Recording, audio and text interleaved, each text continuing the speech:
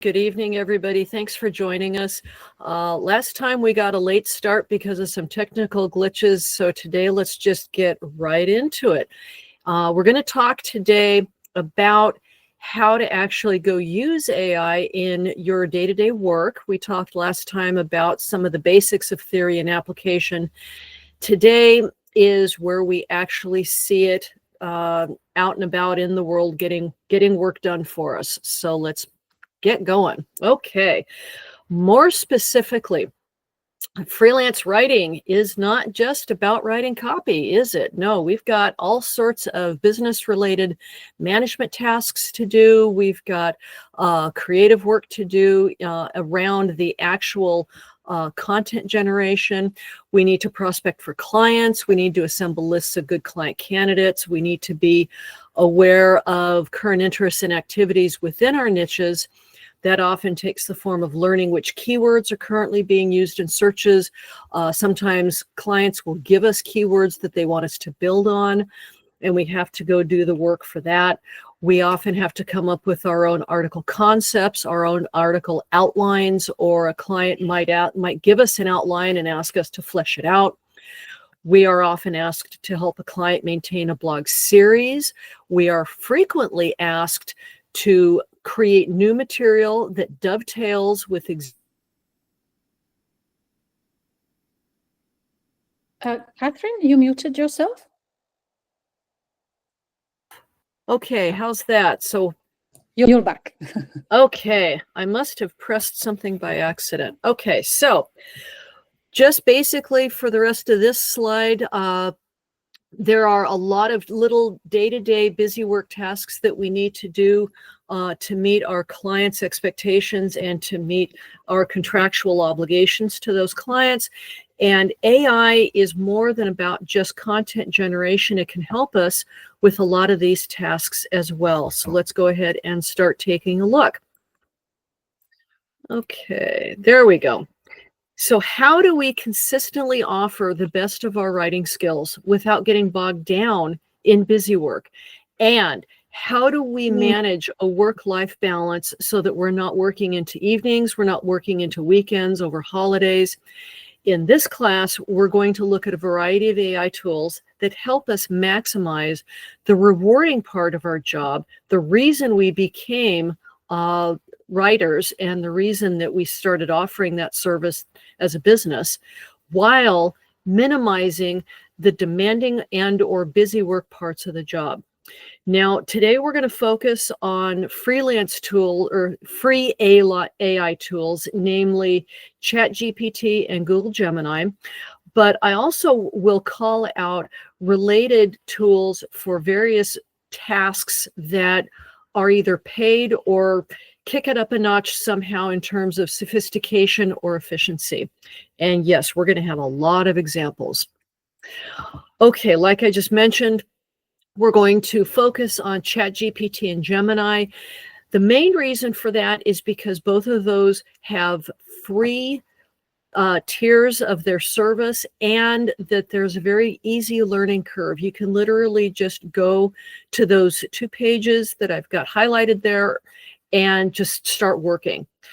And that's something that's really important because a lot of the paid tools have a learning curve that might slow you down, and it may not be worth it if you're only doing that particular kind of task once in a while. On the other hand, if you have a certain type of product that you offer to your clients, for instance, that you're all about web pages, or you're all about sales brochures, maybe you're all about white papers, there are AI tools out there that specialize in that, and they will help you tremendously in terms of dialing in your style, your format, all those various details so that you don't have to recreate from scratch every time you get a new assignment. Okay, so let's just keep rolling. Okay, the only problem with focusing on these tools is that there are so many out there. Oh my God. ChatGPT launched out into the real world just almost exactly 2 years ago. In that time, there have been hundreds, if not thousands, of tools released that either use ChatGPT or Gemini as their back-end hardware, or they're built along those lines. There really is just an overwhelming number of products out there. Now, if I had infinite time for this class, I'd go through every single one of them because they're all different. They all have strengths. They all have weaknesses. They are all candidates for helping us do our jobs better. And frankly, what I like might not be what you like. Each of us has individual priorities that AI tools can either help us run smoother, or they just kind of keep getting in the way. So I will be encouraging you to go out and do some of your own exploration, but I'll give you a basis from which to get started. Okay, so let's go ahead. Now, tools we will not be covering in this class. Again, this is such a wide field and it's changing so quickly. There's no way to keep going and there's no way to cover it all in a single hour. Let's acknowledge right now that a freelance writing business is about so much more than writing content. We've got records to keep, we've got financial management to do, we've got marketing for ourselves to do, we've got client records to save. I'm going to skip over those topics, not because they are not a big part of our day, they are, but there are already plenty of online tutorials about well-established products that you might already be using, services and platforms that you can tap into to help with the non-content generation aspects of your business. One of the nice things that we've seen is that the tools we were already using are frequently now rolling out AI enhancements.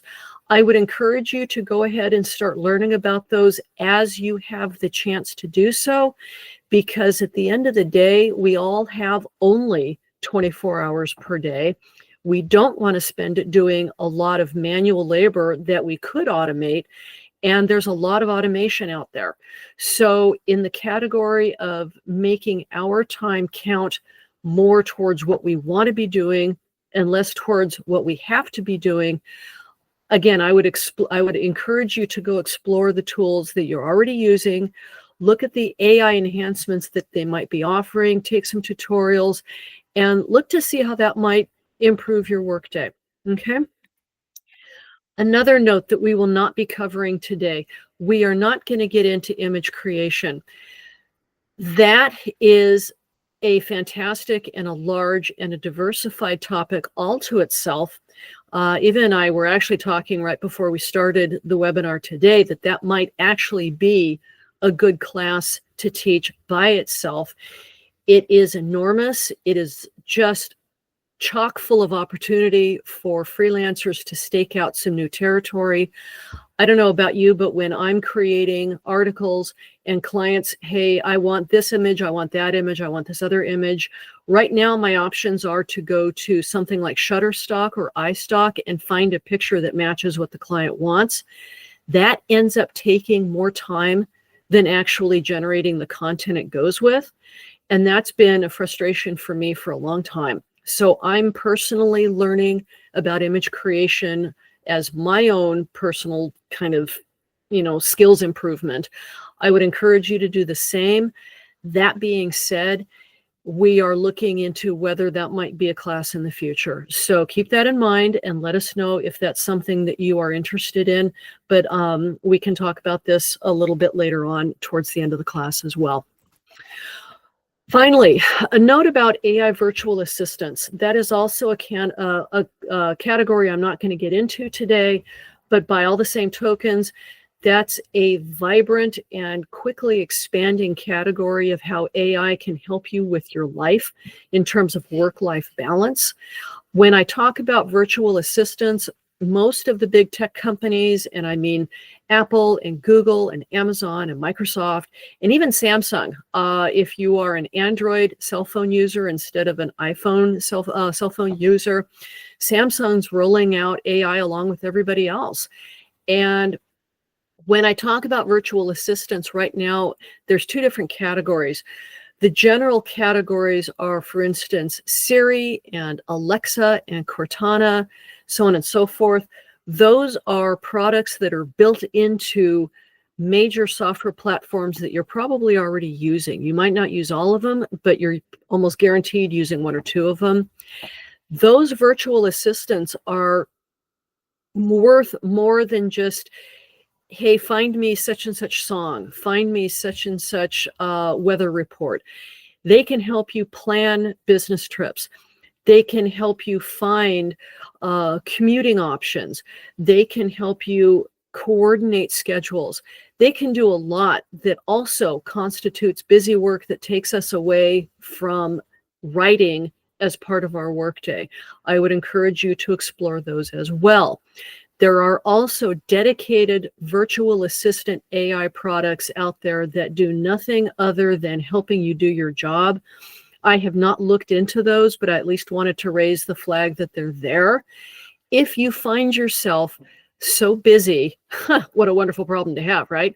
If you find yourself so busy that you're losing track of things are falling through the cracks, you feel like you really need an assistant, but you're not sure how to go hire somebody, or you're intimidated by hiring a person, consider looking into AI virtual assistants and giving them part of your workload so that you can devote your time and your attention and your energies to what you really love to do. Okay? Now, what I've decided to do is I've decided to create this fictitious Fiona the freelancer and have her go through a typical workday, because what I did was I kind of stacked the deck against Fiona. I gave her so much to do that it was not reasonable for her to do it in a single day prior to AI. And now I'm going to show you how she does get through it, and how she chooses what she does, and how she uses AI, and where she doesn't use AI as part of that how do I get this done decision process. Okay. I specifically gave her a lot of different tasks, because you may not be involved with all of these, but you will recognize many of these tasks. And I've also talked about the decision-making process that she goes through for each one of them for how to use AI. Okay, so let's go ahead and get started. Now, like many of the rest of us, Fiona gets started with her week by reviewing a to-do list, and that might incorporate actual assignments. It might incorporate tasks that she needs to do for her business along assignments or in addition to assignments. It includes not only the specific assignment itself, but also the background. What do the clients want? What do they need? How does that client assignment fit into her overall picture for how much she wants to work, how much she wants to earn, how much energy she wants to spend on this versus that? All of these trade-offs is just such a big part of what we do. Learning how to manage it with AI makes our job a little bit easier and a little bit more rewarding. So let's take a look at Fiona's Monday morning to-do list. It's a pretty meaty one. In one day on her to-do list, she has the following: create 3 new blog concepts for an existing client, find 10 more potential clients within her niche, identify 10 new keywords for an existing client's website content, write a press release for an existing client's new product line, create a sales brochure, review and improve her LinkedIn profile, and create 3 new website pages based on keywords following a client template. That, if I saw that on a Monday morning, I'd think, oh boy, it's going to be a long day. And it's a long day for Fiona too. How many times have we woken up, gotten our first cup of coffee or a cup of tea, whatever, and we're going through our notes Monday morning and think, oh my goodness, this is going to be a meaty one. I'm really not sure I can get through this whole list. Now, this is a problem that freelancers face a lot of days. How are we going to get through the entire list? Where do we start? How are we most efficient with our time? There is always the temptation maybe I can kick some of this stuff off until tomorrow. But how many of us have been in the position of doing that over and over and over again? And then at the end of the week, we've got a whole nother week's worth of work waiting for us that we've got to get to on the weekend in order so that we can start on time on Monday. That's what AI is about. So we don't end up working through the night. Okay, I've done that more times than I really care to admit. I'm sure some of the folks on the call have done that. This is what we do not want. We want to manage our time and our assignments so that we have a life. And that's what today's presentation is all about. Okay, so how can AI tools speed things up? Well, first of all, it can reduce busy work. It can reduce work for us on the tasks that really take away from what the focus of our work needs to be. Now, when I talk about what the focus is, people talk about it in different ways. Some talk about it in terms of cake versus icing, that the cake that we use or the cake that we do for our work is the little assignments that come in that pay the bills and they're not really all that interesting to work on, but we're the writers, so we write it. I'm talking about things like sales brochures, email drip campaigns, you know, the real basic nuts and bolts of how a business needs to go out and spread its message. I don't know too many freelance writers who live for that sort of thing. They do them, they're good at them. But I mean, you can only create so many brochures until you're really tired of creating brochures. Those are the kinds of tasks that AI can do really, really quickly so that we can focus on what's really important to us. The articles, the in-depth articles that really require the focus, the research, and the crafting, and that we're going to put our name on. It's when we put our names on something, in my mind, that's kind of when it kicks it up to a higher level of sophistication and a higher level of priority. We've got to be able to focus on that because we're putting our name on it. So what AI can do is it can take the busy work off our desk so that we can focus on those really important assignments. It can also help us focus on those passion assignments where maybe it's not even something we're getting paid well to do, but it's important to us. Maybe it's that research article that you're writing.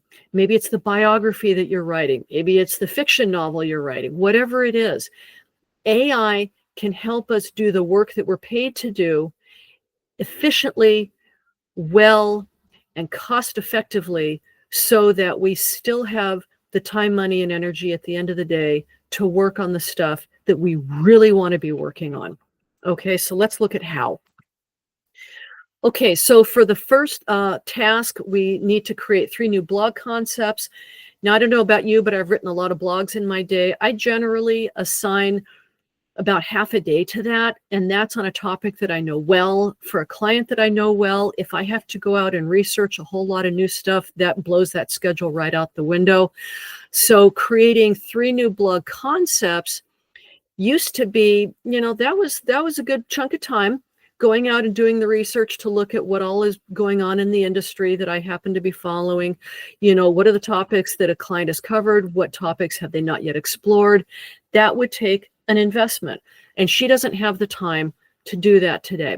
So she needs to create 3 new blog concepts for a client, in this case, who manufactures and sells next generation solid state lithium batteries for the medical wearables industry.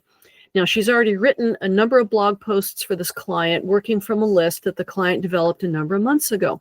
Okay, so she's got a track record, and she also has part of the work done for her where the client developed this list. The client has come to her saying, what's some additional blog posts that can build on this list? So she has to come up with fresh material. Okay, so how can she do that effectively? She can use ChatGPT to go out and do some brainstorming for her. And what that boils down to is creating a prompt that includes all the different elements of what she wants, while also filtering out what she doesn't want. Now, we talked last time about how to create a prompt. So I'm not going to really get into that. For those of you who did not take the class last time and are thinking, oh my God, I have no idea how to create a prompt. Okay, breathe easy, roll with it just for the class. In the additional resources section, I've provided a lot of tutorials on how to create prompts. So all you'll need to do is go back and refresh on the hows and wherefores afterwards. But for now, just go with it that this is how you put together a prompt. Okay, so what she came up with for this was create a list of 10 blog post topics about next generation solid state lithium batteries, focus on topics relevant to the medical wearables industry, avoid any manufacturing topics because she'd already covered those in past blogs. Focus on how next generation solid state lithium batteries can solve a variety of problems posed by conventional lithium ion battery architecture.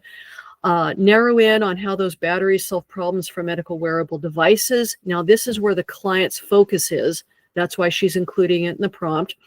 In terms of weight, reliability, safety, convenience, size, so on and so forth, either for the device maker or for the consumer. And for each topic, provide an outline for the blog post suitably for a blog roughly 700 words long. That length is because that's what the client has instructed.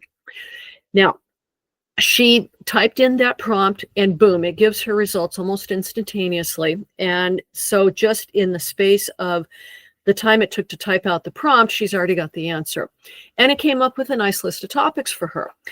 Now, that list did include a few topics that prior posts had already covered.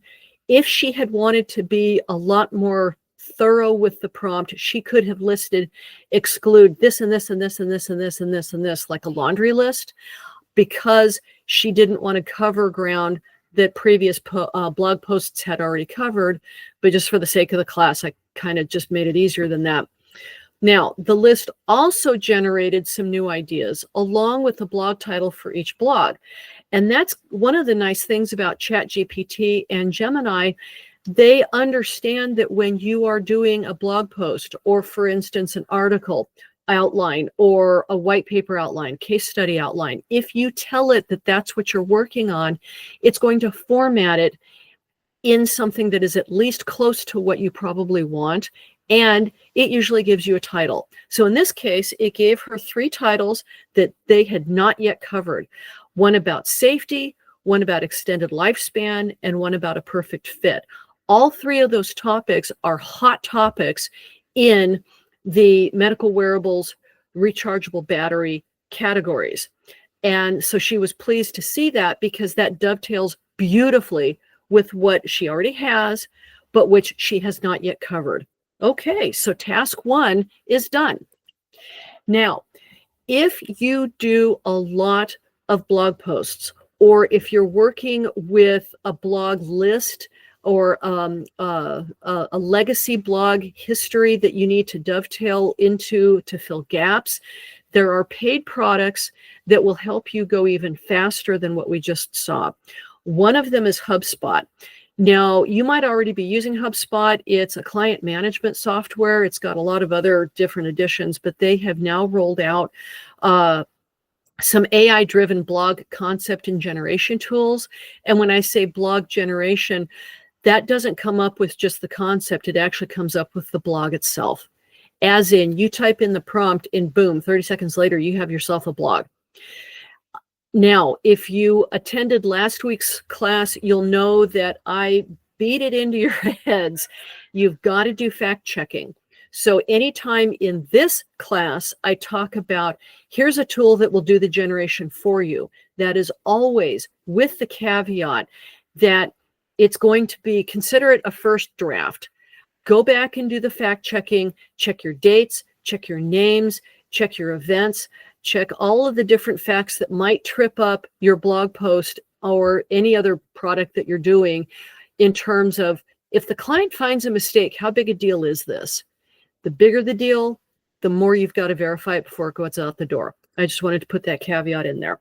Okay, several more products that will help you create blog concepts, blog outlines, or blog posts are Hootsuite, which is another thing, another product that a lot of you might already be using.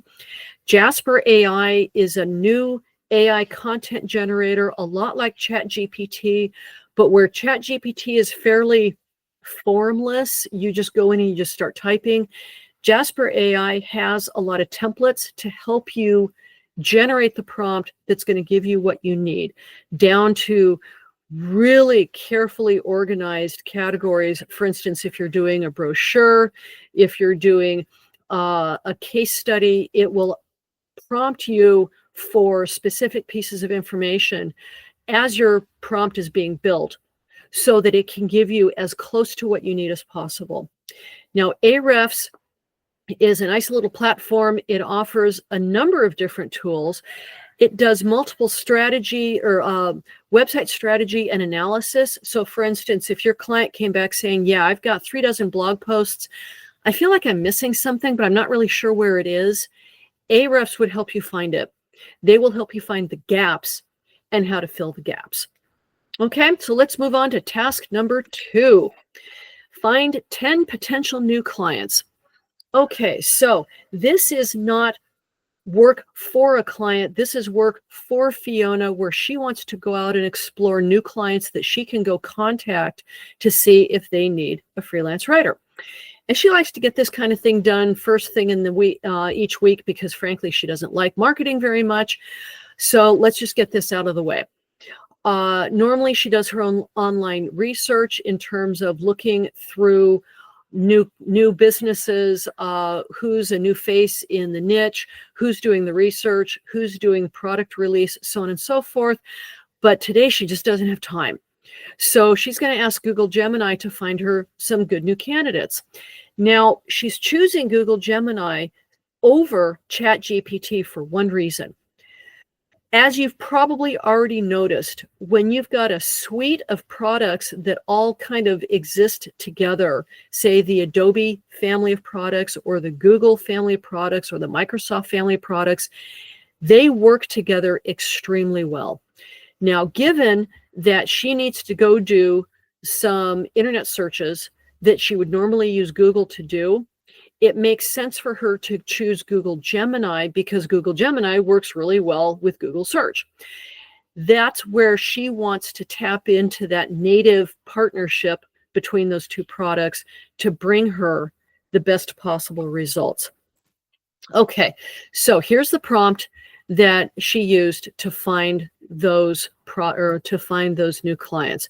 Find 10 companies which are similar size, produce or provide similar products and services as Qmerit, that being one of her existing clients, as they describe themselves at their website, qmerit.com. Notice what she's done here. She has not only given a model company, but gave the AI engine the ability to go check their website, so that the search results will give her basically a competitor's list, because we want it to be as similar to Qmerit as possible. For each of the 10 similar companies, provide a 50-word description of their products and services, their annual sales revenue, their employee count, and whether that employee count has gone up or down in the last 2 years. Why is she interested in any of this? Because from experience, she knows that they have to be doing products and services that she's familiar with so that she can dive in and get started. She wants to see a certain sales revenue that's large enough that they have a budget for freelance writers, because she doesn't want them to have to invent a whole lot of background accounting and budgeting just to be able to hire her. She wants to just be able to step in and get rolling.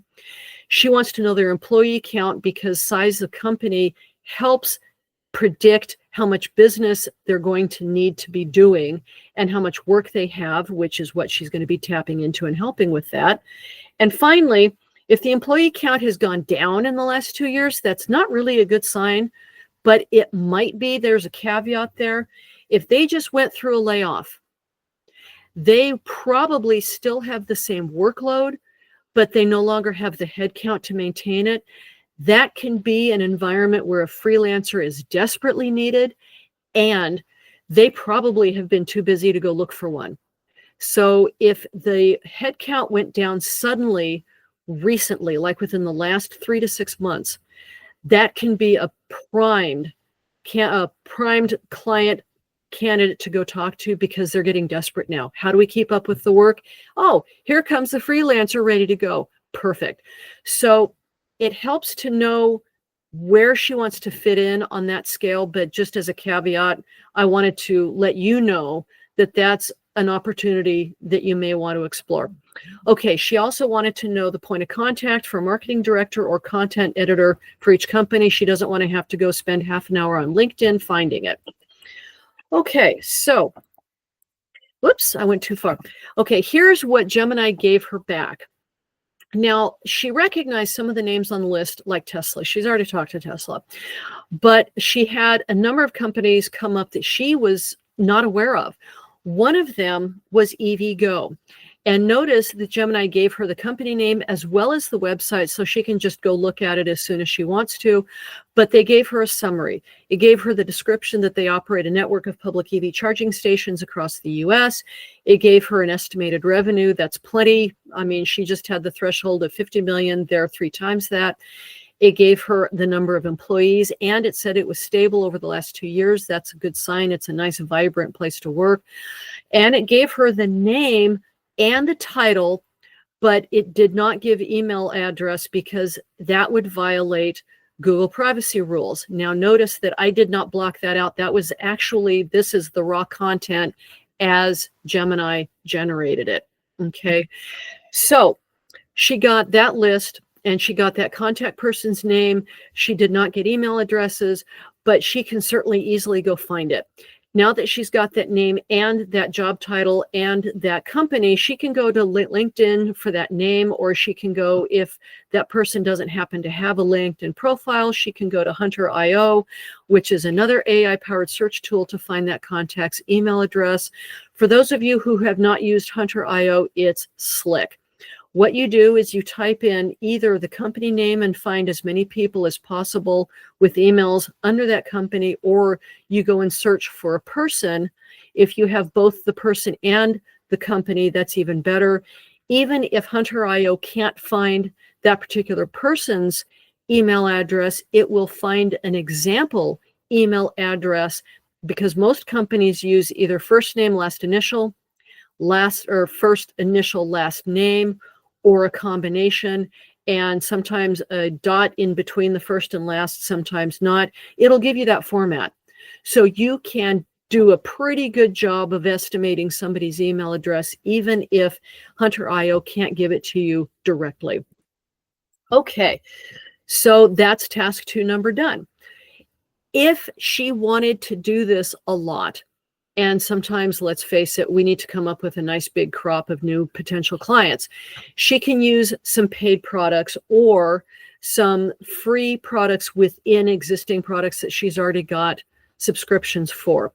Crunchbase is the main one. They are the elephant in the room. They have been doing a database about companies, particularly startups, for a number of years now. Their Crunchbase Pro brings AI tools to bear to make it even better. Crunchbase does require a subscription. All of these require subscriptions. If client prospecting is something that you do a lot of, or if you have one client who is trying to do their own client prospecting and has asked you to do that, that's where a subscription might be useful. Apollo AI is a relatively new company that offers client and customer prospecting, contact, and client relations tools. Overloop AI is another one that helps you find some ideal clients. They really allow you to dial it in. So if you know your sweet spot already and you have a way of describing that sweet spot, Overloop can help you find as many clients, not as many as you want per se, but a whole lot more than you currently have. And then Zoom Info that has a lot of different product offerings, but it does include AI-driven research to help you go find your perfect client. Okay, task number 2 is done. Task number 3, find 10 new keywords for new website content. Now, one of Fiona's favorite services is website maintenance. One of her website clients is a hydroponics supplies and equipment distributor. Okay, so they want clients. They want new business. So they want her to help them find it. Now, they've already got a subscription to SEMrush, which again is a product that a lot of people are using to help them find new clients, to manage client relationships. And that's how they've been finding it so far. But they got to wondering, and she got to wondering, if they could find more clients with Gemini that maybe SEMrush hasn't found. So she also wondered if potentially Gemini could find new niches for the client, because they've been in the supplies and equipment distribution for a long time. They've kind of gotten into a rut. What else is out there? So she created a prompt: provide the top 10 keywords currently being searched on for small farm scale hydroponic production. Now, I'll put in a caveat here. This is one of my niches, and hydroponics breaks down into two big categories, namely the large commercial scale and the smaller scale, which covers things like hobbyist, homesteading, small farms, micro farms. There's a pretty big divide between those two. Her company focused on the large scale commercial end. So this prompt is specifically looking for somebody else. Are there new clients out there, new keywords out there specifically for the smaller scale end of hydroponic production? And for each keyword, provide a 50-word description of the search context and the demographics or defining characteristics of the people searching for those keywords. That's another way to figure out new markets. Who is searching on this term? What are their details? What is their background? What are their motivations? What are their demographics? So this prompt covers that. And here's what she got back. Now, some of the search terms were already listed in SEMrush, but 3 of the 10 were new. So 1/3 of them were new. Notice all 3 of them are in that small scale end of the spectrum. Hydroponic gardening for beginners, small scale hydroponic farming, hydroponic system cost for beginners or for startups. These 3 keywords have not been covered by her client. They weren't even being looked at by her client, and they open up a whole new niche for her client. So she's going to go ahead and present these as a potential new direction that her client can go. So yeah, and that's actually what I just covered. So she also wanted to point out that their SEMrush search is so customized that it was leaving out some of these keywords, and she's going to talk to her client about maybe altering the SEMrush search criteria so that it can find other markets, because that's kind of what got them into the rut that they were in. If keyword generation was a big part of her job, SEMrush, as we've already talked about, would be a good candidate.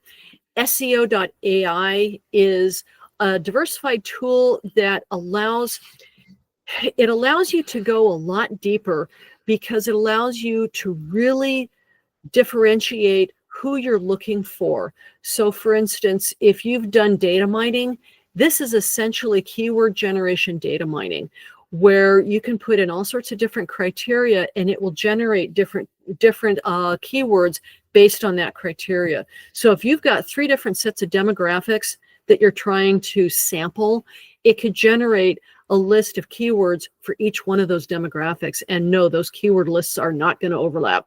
There will be a few similarities, but there's going to be a lot of differences. As an example, consider if you were an EV maker and you wanted to write blog posts for potential EV client or potential EV buyers, and you wanted to create blog posts for existing EV buyers. Just sit and think about that difference for a minute. They're going to be asking completely different questions. This is a way for freelance writers to offer their clients more than what the client asked for. It's a way to help the client themselves diversify their business in ways they might not even thought of. So I'm going to leave that with you as kind of an ace up your sleeve that you can deploy if and when you want to. Okay, Ryan Robinson, which you might have seen referenced as RyRob, is another product which allows users to do a lot of well-targeted research on the perfect keyword list. They also offer a free tier. So does Quater. and I don't know if I'm pronouncing that right, but it looks right, Quater, is another keyword research service. They offer a free tier. If you would like to, all three of these, I don't know if SEMrush has a free tier, but the other three do. Go explore. If keyword generation is something that's front and center for the work that you're doing, having several tools in your tool belt so that you can deploy them whenever you need to, that will help impress clients and make you even more valuable to clients as the go-to person for keyword generation. Okay, task number 4, writing a press release. How many times have you started up your email service first thing on a Monday morning and your client already has an emergency? That's what this one is. One of the emails that Fiona had waiting for her this morning was from an EV charging equipment client who doesn't have anyone else on staff that can write very well. Smile if you've had that experience too. They asked if she could get a press release out by the end of business today. Okay, let's try. Let's see what we can do. Now, privately, Fiona doesn't have a lot of experience writing press releases. In the past, she's gone out, done research on the press releases that this particular company has already done so that she could match the style. Today, she doesn't have time for that. So let's just go ahead and ask Google Gemini to write the thing for her. So she knew from working with the client that they'd had a couple of big milestones in the recent past, and that's what this press release is about. So she was able to put together the prompt pretty quickly, create a 500-word press release for an electric vehicle charging company that has just passed the milestone of 5,000 units installed and available throughout the continental United States. Include that industry analysts have frequently listed the lack of public charging stations as being a bottleneck. Also include that no other charging station company can match such a high rate of charging station installations. Okay, Gemini gave her the first draft. It starts off with that headline. Remember what I said, that if you tell the AI what you're creating, it will give you a headline to match it. It put in a space holder for the company name, for the date, and it gave the headline, somebody such and such surpasses 5,000 public EV charging stations installed, and then a chance to put in city, state. And it starts off with the company name, a leading provider of electric vehicle charging infrastructure, today announced a significant milestone, da da da da da. This achievement comes at a crucial time for the electric vehicle industry, so on and so forth. And then later on, it provides a quote, which I haven't included here because it went well off the page. But that quote introduced an option that Fiona hadn't really thought about. If she quotes somebody from the company, somebody high up, probably in the executive suite, or the director, say, of research, or director of product installation, whatever, she can put that company employee out there as a subject matter expert. That is an invitation to the world that if somebody else is looking for a subject matter expert on that topic, if they do a search, this press release is going to come up. And that's going to give this company 3 things. 1, more exposure for the fact that they reached this milestone. 2, the milestone that they did reach. And 3, that here's the person to talk to about it. So reporters who are writing articles on other companies trying to reach that milestone are going to call this person to ask, how was it done? That's going to not only serve the purpose of the press release today, it is laying the foundation for future business for her client. Okay. Having this press release already done in this format, now she can send it out as a first draft, but 99% of the work is done. So they'll be able to get it turned around and out the door today, which is what the client originally wanted. So task number 4, done. Okay, if you do a lot of press releases, there are a number of tools that can help you do that. Jasper AI, we've already talked about. Hypotenuse AI is a sales and marketing platform, and they do a number of different sales and marketing related tools, including a dedicated tool for press releases. Copy AI is another one that offers marketing and PR related products and services, including press releases. Okay, task number 5, creating a new sales brochure. And I'm going to start to go through these a little faster just because we are winding down the hour and I want to leave time for questions. We've already talked about how sales brochures can take up a fair amount of time, and sometimes you just need to get them out the door, especially for clients where they don't have much of a budget to work with. You want to continue to serve them, but you just cannot put in a lot of billable hours. This is a prime candidate for an AI moment. Okay, so the prompt brochure, or the prompt for the sales brochure, is actually fairly elaborate. And notice here, I'm not putting it in terms of a paragraph.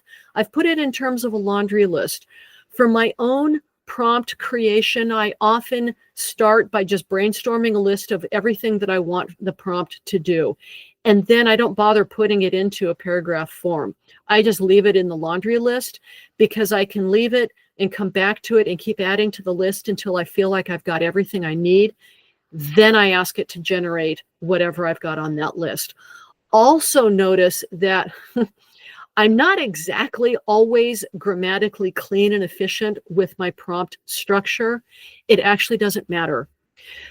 Prompt creation is one of those things that it will work with whatever language you give it, even if it is not grammatically perfect, with one huge caveat for that. This is where sometimes bias creeps in because we are putting things in so quickly that we don't realize we're actually asking for bias to come in with it. So when you're doing these prompts, and you will get to a point, if you use AI enough, that the prompts are coming out of your fingertips almost as fast as you can think of them. What I generally do is I type out a prompt and then I walk away.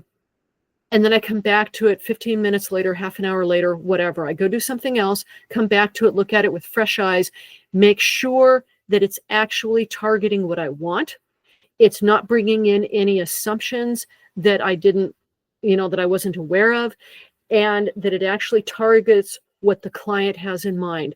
That gives me a chance to edit the prompt before I actually have it execute, and it gives me back better results. Okay, so here's everything that she wants in the sales brochure. It's all the standard stuff. And here's what she got back that could work for either bifold or trifold. This is the actual text it gave. I didn't do any of this formatting. This is the formatting that it came back with. Notice that all the critical elements are there. Also notice it did not come back with any imagery. I had specified in the prompt that the client already had the images, so it didn't need to offer anything. So this doesn't look like much, but once you put it into a bifold or trifold, along with some good pictures, which the client in this case already has, this will be sufficient for what they need it to do. Okay, if you're doing a lot of brochures, now we're starting to see some of the same names. Jasper AI has a wonderful template for brochures. Typeset.com is another one that has marketing, sales, and social media purposes with templates for all of those. Visme is a free tool offering a wide variety of AI content generation. One set of tools is exactly for brochure design and creation. Venngage, similar. They offer a blend of technical templates, but they also allow you to do some custom work. Okay, we are through 5 of our 7 tasks. Okay, and it's lunchtime. It's just a little bit afternoon. So she's thinking, okay, that's good. She's gotten most of her busy work done, but she's got 2 big tasks left.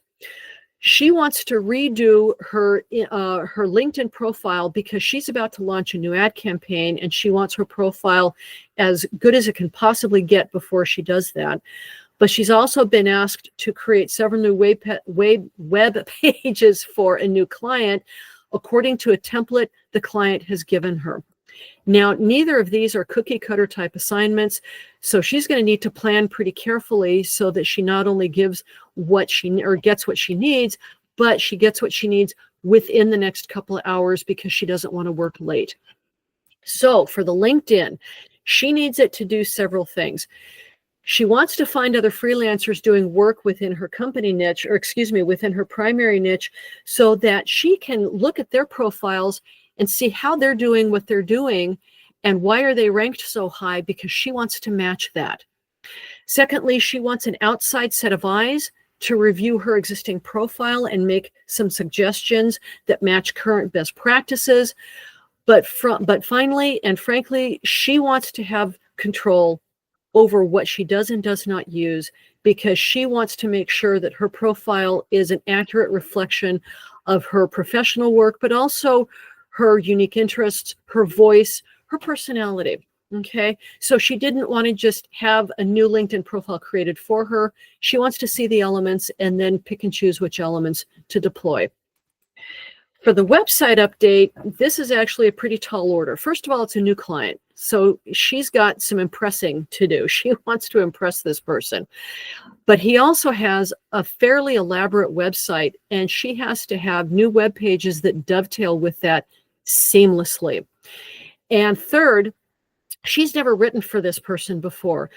In previous years, she would have gone the old school way of writing the blogs one at a time, carefully researching his voice, his audience, his website to make sure that everything dovetailed really well. But she also needs to follow the template that he gave, and she needs to do it today. So she's got a pretty stiff list of things that she needs to accomplish. Can AI help with these tasks? She would have taken her time. Today, she doesn't have that time. She doesn't want to kick the can down the road and do it later. So she's going to ask ChatGPT to help her with it. Okay, first, she needs to create some prompts for LinkedIn. And these prompts are going to be, it's not going to be a separate prompt, but she needs it to do things in a certain order. She wants to look for profiles that are performing really well, meaning she wants to tap into LinkedIn's ranking of those people in her niche so that she knows that she's looking at the best of the best. Then she wants to compare her profile to theirs. And finally, she wants ChatGPT to make some suggestions about how to make her profile more similar to theirs, and also in keeping with best practices, because even the big dogs sometimes make a mistake on their LinkedIn profile. But at the end of the day, she wants to pick and choose which recommendations to follow. Okay, so here's the prompt that she put together. Again, this is a laundry list style prompt, and ChatGPT couldn't care less if it's laundry list style or paragraph style. So first, find 10 LinkedIn profiles which match these following criteria. Once you have created, now she's getting a little anthropomorphic. You can be anthropomorphic with ChatGPT, or you can treat it like a machine. It doesn't matter. ChatGPT rolls with it either way. So once you've created a listing of these profiles, provide a list of them. Then for each listed profile, compare that profile with the profile at, and in this case, I gave it her name. This is very close to my actual LinkedIn profile. And yes, I've actually gone through this exercise with ChatGPT. Those results are in the additional resources. And frankly, it's going to blow your mind when you look at the results, because ChatGPT was not shy about saying how I could improve my own LinkedIn profile. And then finally, provide a list of similarities and differences between those profiles, and summarize how each one meets or fails to meet current best practices for LinkedIn profiles. The goal for these revisions is to get a large amount of potential client attention.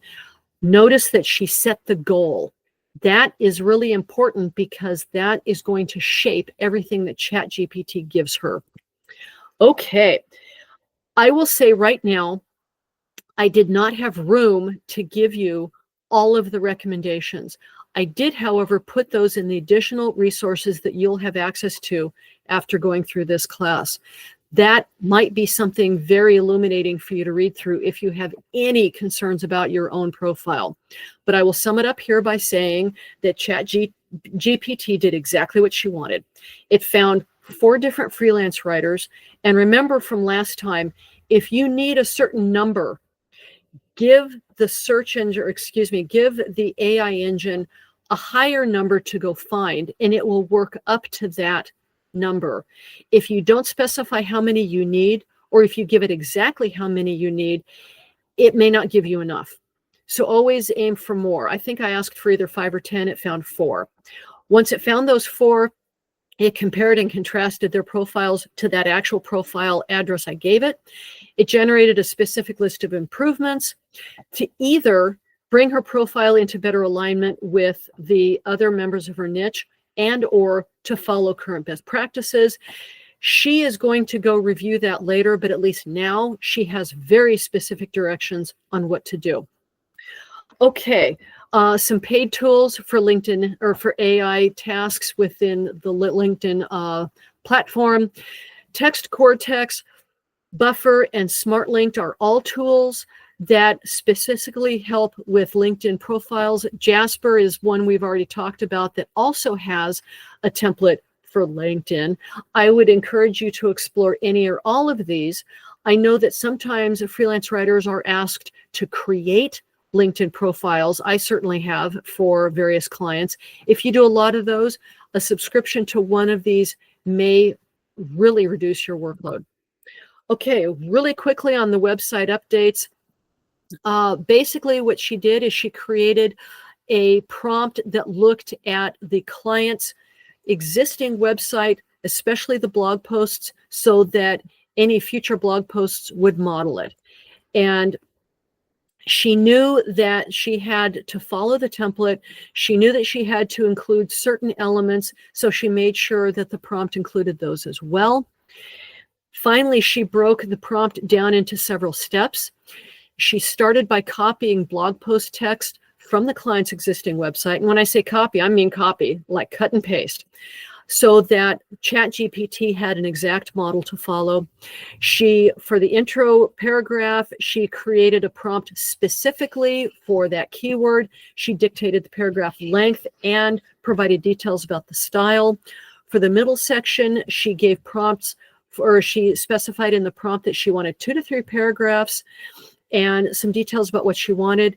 And then for the call to action, she actually used a call to action that he had already used elsewhere on the web post, or excuse me, on the website.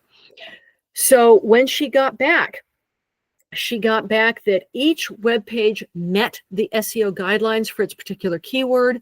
It met the template guidelines set by the client, and each web page preserved the branded consistency already established. She was able to create those 3 web pages in less time than it would have taken to create a single page. Once again, the caveat: consider all of these to be first drafts. If it had missed the mark in some way, either SEO guidelines or the template or the branding consistency, she could have gone through that first draft, made really quick adjustments, and still turned it in on time. Okay, if you're doing a lot of web pages, my tool that I use is called Site Build It, or excuse me, I think they've changed it now to Solo Build It. That web hosting platform has a lot of additional tools, including AI-generated content, AI-generated images. I'm not paid to say this, I'm not an affiliate or an influencer for them, but they have really dialed it in. If you are managing your own website and you feel like you're in over your head, Solo Build It gives you all the tools you need to educate yourself to do it by yourself. I have not paid anybody to host my site in 20 years. Okay, it's nice to maintain that kind of control. On the other hand, if you want something that's a little more standardized, GoDaddy has a new AI generation engine they're calling Arrow. I don't have a subscription to GoDaddy, so I haven't played with Arrow yet, but it's getting some pretty good reviews. If you are a GoDaddy customer, go check that out. It might save you a lot of time, either for website generation for clients or website generation for yourself. WordPress also has a bunch of other tools. I've used Elementor. They're pretty good. I found that I had to go do a lot of kind of tutoring to figure out how to do things in Elementor, but it is certainly well established. Divi AI is new. They are trying to do better than Elementor, so I'm going to let them battle it out. I would try both of them if you're already a WordPress person and see which one you like better. Done. We have finished our work day, and actually we've come close to finishing our class almost on time. She got through her entire to-do list. I think you'll agree with me that was a pretty meaty list of tasks, but she got it done within her workday. And just as a disclosure, when I was putting this class together, I gave myself those tasks. I came up with those prompts, and I have some of those actual clients or to-do items on my list. I got it done in 8 hours and 15 minutes. Okay, so when I say that she got it done within a workday, she got it done because I got it done. And that was with a fair amount, but not an expert amount of experience with AI. So getting to this level of proficiency with AI does take a little bit of practice, but not as much as you'd think. Most of these skills are acquired relatively quickly, and once you've got them, you can hit the ground running. Okay, so questions. Let me know what you would like to know.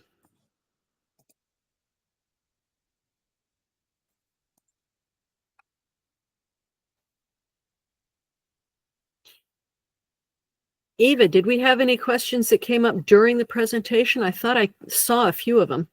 I think it's only your note taker that's been typing in the chat right now. Okay. But I am waiting because I understand that someone might actually be typing something right now. So let's wait one more minute. But also, would someone perhaps like to raise their hand and unmute themselves? Please feel free to ask a question. I know that it's probably been a lot, so everyone now is just digesting all the information there. Freddie, you are very, very welcome.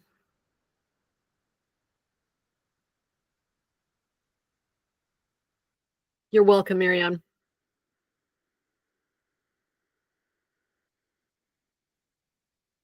How long did it take you to research all those tools, Kathryn? Because that's an impressive research. That actually took quite a long time. As I have gotten different assignments, and I need to back up and say that this has been over the passage of the entire year. If you attended my first class, you found out that I've only been using AI on the job since early this year. And the procedure that I would follow is, say a client would ask me to do X task. I've been doing this job for decades, so I already had established procedures. Whenever I got a new assignment, I would go say, okay, how would I do this with AI? And there were some times when I ended up with something that was not workable, but it gave me the practice to go faster and faster so that with each new attempt at some particular task, I already knew the tools because I'd started to research them for some prior task, and I was able to get it going faster and faster. And so here we are. Okay, it's December. I really didn't get started on this until roughly April. So it's been that long to go from an AI newbie to I can usually get up to speed really, really quickly. The paid stuff is where it took a long time because I had to do free trials, and some of them don't offer free trials. So I would hunt and peck for options there. And that's where I'm actually still getting established on my own, figuring out what paid products I want versus what I'm still going to stay with the free for. But it didn't take as long as I really expected. And I've tried to provide as many resources in the additional resources folder of stuff that I gave you so that people can get up to speed on whatever topics they're really trying to learn about. Impressive, really, really impressive research. And I believe that we have a question from Marianne about using AI to generate press releases. If the process is so swift and easy to use, would that mean that clients will eventually realize how to do this themselves and therefore use freelancers less? What do you think? That is one of the big questions, not only for press releases, but for freelancers in general. Are we going to lose our jobs to this? And as I said in the first class, do I think we're going to lose our jobs? No. Are our jobs going to change? Oh, yeah. What I see moving forward, and this is just me with my little crystal ball that is by no means perfect, but from what I'm hearing from other professionals, what I'm seeing written about in the marketplace, talking to clients, talking to freelancers, what's happening is clients understand that AI brings something new to the table. they don't have time to go look at it. So they're going to ask freelancers, how can you use this tool? Or we don't care what tool you use, just go make it happen. It's on the freelancer's desk to figure that out. So right there is a certain amount of job security, because we're going to be the expert in the room telling the client what we can and cannot do with it. In the first class, I talked a lot about how to answer that question competently, because there's a fair number of sharp edges on that question. We can generate materials very quickly, but we have to factor in fact checking. We have to factor in brand consistency.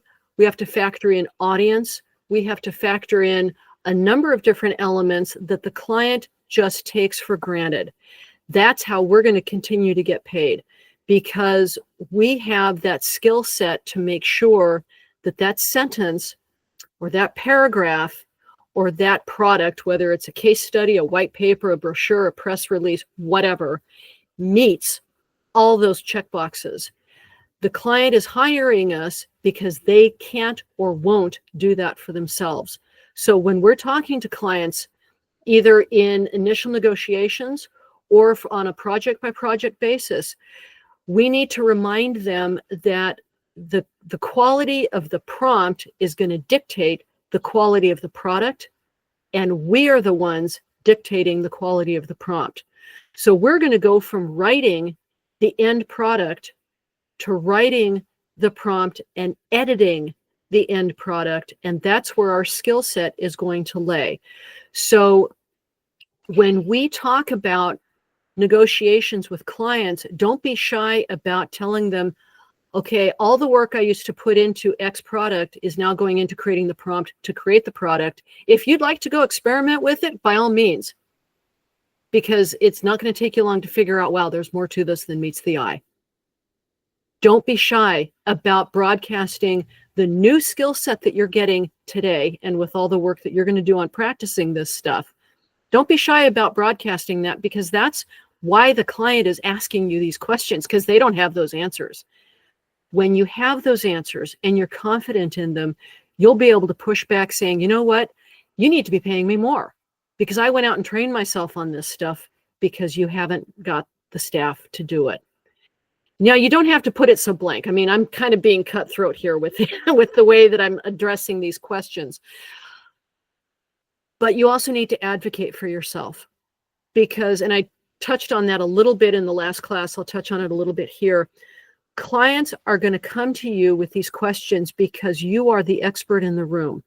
So take the time to learn about it in advance, so that when clients come to you with these questions, you'll be able to answer as the expert in the room. Also be aware that clients are going to come to you with unreasonable requests. Hey, go use AI to fact check this financial report. And you'll have to say, time out. That's not how AI works. And you'll need to be able to push back on clients' requests when that client does not understand what AI can and cannot do. So becoming educated in what AI can and cannot do is only going to help you in the future. And that's probably more of an answer than you bargained for, but I hope that that answers your question and a few more. So, okay, thanks, Marianne.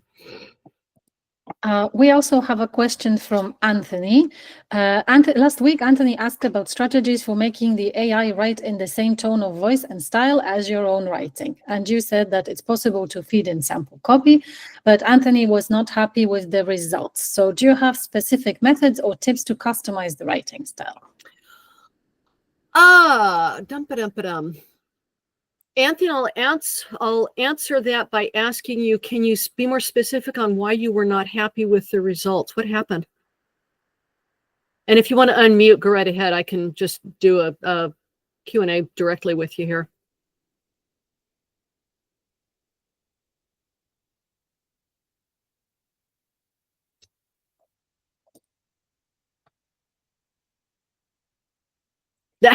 That's fine.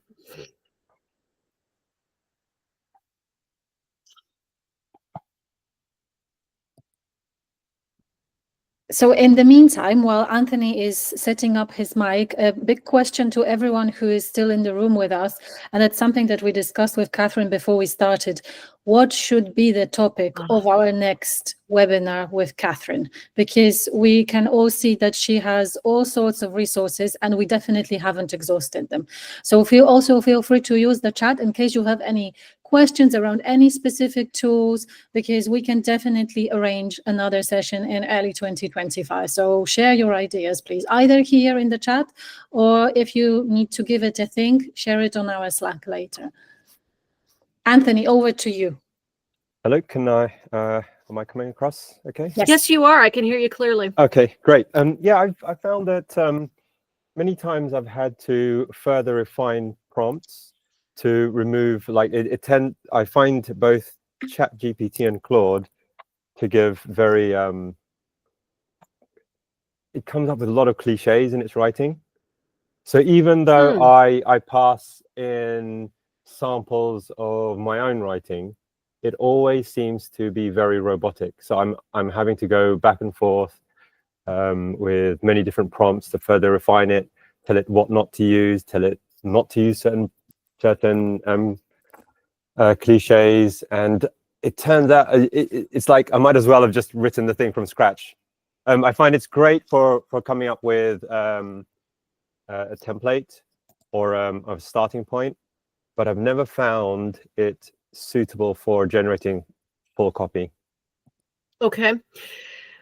I have run into that, and what I have done to partially solve it, and let me back up by saying that what you're seeing is actually going back to what a previous person asked about, are we going to lose our jobs for this? No, we're not, because there is going to be some tweaking required.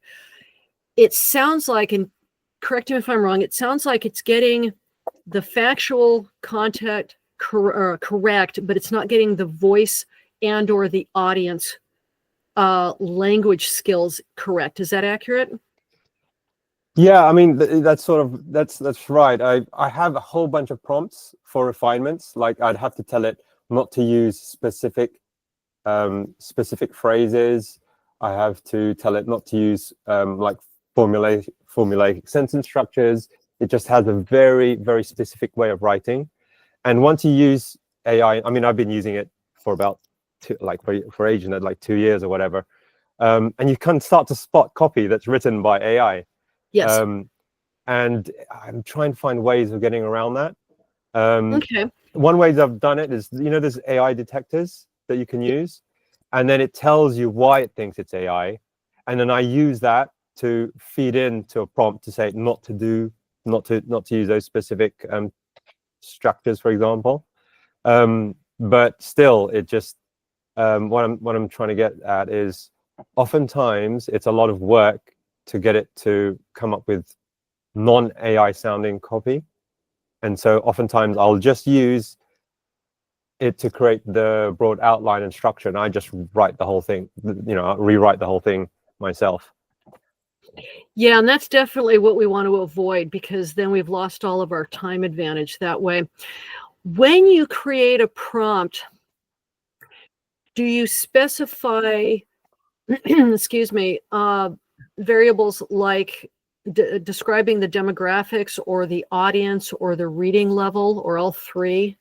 Yeah, I have quite a lot of prompts. I mean, first of all, I'm not a writer. I'm a programmer, a project manager, analyst. But I often have to write things. And yeah, I specify. I put a lot of specifications into the prompt. And so what I find is you end up using many tokens to the prompt gets quite large. You use up a lot of tokens, and then you just have to restart the chat again, and then you kind of lost all your, you have to start the context again. And yeah, anyway, I think what I'm trying to get at is you see a lot of videos of people saying it's really great, you can use ChatGPT to write all this copy. It just doesn't work for me. It just, I can spot when I'll read the copy, I said, this is AI. So yeah, I'm just wondering if you have any other techniques other than than the usual strategies of feeding in sample text and putting specifying Sure. audience, specifying tone of voice, all these things. Okay. One of the things that I've done, and this is counterintuitive, but sometimes when I'm putting in a lot of specific prompt elements and it's just not giving me what I want, I actually back off and try with more general, or I try different audiences. Like I'll specifically say, if I'm writing for, like this came up with my textbook for agricultural history for middle schools, I would deliberately give it a different audience, like say high school kids or the lay public or early education, just to mix it up a little bit. Because one of the things that happens, especially you mentioned that you're using a lot of tokens, to explain to everybody else what that is, that's when you're in ChatGPT, and I've not used Claude a lot, but I expect it works about the same way. Each new conversation builds, or each new prompt builds on what came before. And you have a certain number of basically credits that you can use in a single session, that the more prompts you use in that session, you're using up what's called tokens. And there will come a point where you've used up all your tokens and it's not going to answer any questions for you anymore in that session. One of the things that I found with ChatGPT in particular, it can get stuck within its own session and keep giving back almost canned responses to where I have to leave it and come back to it to kind of reset the session. So that's one thing that you can try. I also sometimes specify, like I said, different demographics or audiences. I will sometimes specify different readability levels, or I'll set the sentence length to be abnormally long or abnormally short, or I will specify like a specific style guide, just to mix things up a little bit, to make it go look for other models to follow. And when I am in a long session, I have noticed that it will start to repeat itself. It'll start to sound more and more like it's just regurgitating something else, and I have to start over. That is, on the one hand, part of diversifying the skill set that we use when we create a prompt. And the examples of the prompts in the additional resources will give you some hints on how to mix things up a little bit. You might want to review that to see how other people are doing things. That being said, one of the huge threats to AI, which I haven't talked about at all, but we might want to have a class on this at some point in the future. AI is now being trained on previous generations of AI. And Anthony, if you're a programmer, you can immediately see the problems with that. It's working with a set of data that it already generated, and each new iteration of that is going to be more and more watered down until it becomes completely homogenized, so that you get the same result every single time. That is an existential threat to AI. And as of my last reading on this topic in the bleeding edge research, they don't know how to fix it. So on the one hand, are we going to start getting more and more similar results? Anthony, you've already tripped across that. And the only advice I have with that is ask for dramatically different things to force it out of that rut that it's in, and see if that gives you back some creativity. So the way I've managed to get around that is to pass it between different models. So I'd have a prompt, a generic prompt, and I'd pass it into Claude, for example. I like working with Claude for writing. Then I'd create a copy editor prompt in ChatGPT, then pass the results from Claude into ChatGPT and tell it to improve that. And I'd go back and forth between the two. And then I'm getting close to something that's okay. But I've never gotten it to write like me. So I'm just wondering if you've ever gotten an AI to write like you would write. There are times when I've gotten it to write exactly what I would have written. And there are times when, like you, I've chased my tail and finally thought, you know, I would have just done this faster to do it myself. That balancing act is something that we have to evaluate continuously, because there are moments when I can just start ripping stuff off and I'm so much faster than trying to generate the prompt that would generate the product that I just wrote. Yeah, So, also, Anthony, if you want to take this offline, you and I can talk separately, because I don't want to chew up all of the question time on this, but you're hitting on some really fundamental questions of, at what point is it worth it to use AI? That's going to depend on how much time we want to put into crafting the prompt versus how much time it would have cost us to craft the specific thing that we're trying to get for the end product. And that's an evaluation we have to do every single time. And as you've found out, as I have found out, there's certain categories that we can do faster ourselves. There's certain categories that we can do faster with AI. And there's some categories where it's really a toss-up. That's going to be something that each person has to decide for themselves. I'm not sure, within the context of our conversation right this minute, how I can dial that in any more specifically, but that's the reality of where we are, is sometimes it will be faster, sometimes it won't. Everyone who is watching the recording but is not here in the room, because you were not here but you signed up, you have a homework to do. You need to think about the topics for webinar number 3. So that's forever. I'm not going to edit it out. This is going to stay in the video. So if you are watching it later, remember about this. We need to we need to get the topic ready. So, okay. Have a good one, everybody. Thanks for attending.